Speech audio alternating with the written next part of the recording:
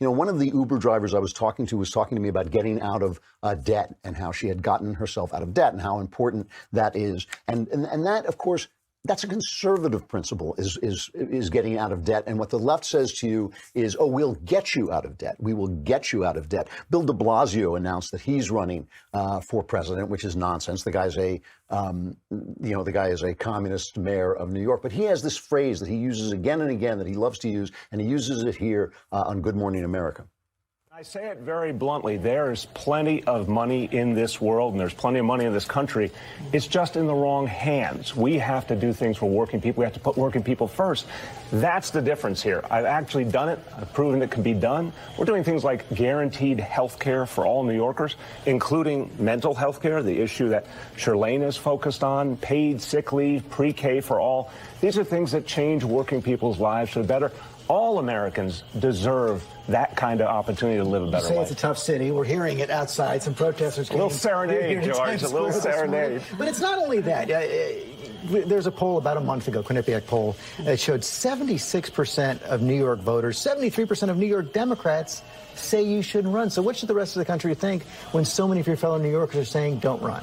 You know, I got elected mayor by 73% of the vote originally, reelected with 67% of the vote. I think you'd agree that the poll that actually matters is the election. The reason the New Yorkers don't want him to run is because they see their city slowly deteriorating. New York is slowly deteriorating from what Rudy Giuliani turned it into, which is one of the great cities in the world. Rudy Giuliani turned it from one of the hellscapes of the world to one of the great cities in the world, and it's slowly deteriorating under the leftist ideas of Bill de Blasio. By the way, when we talk about Myron Magnet was behind the City Journal that Rudy Giuliani used. He used City Journal to get his ideas for transforming the city. So Myron had a big hand in transforming New York into a great city.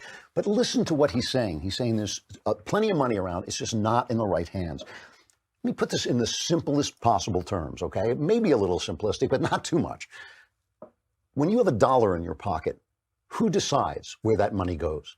Who decides where that money goes? You decide. You decide where the money goes when you have $1 in your pocket. When that dollar is taken away from you and put in the hands of the government, who decides? They decide. The government decides. So they're not giving you stuff. They're taking stuff away from you, right? I want you to decide whether you are an Uber driver or a head of a business. I want you to decide where that dollar goes because for 3 reasons.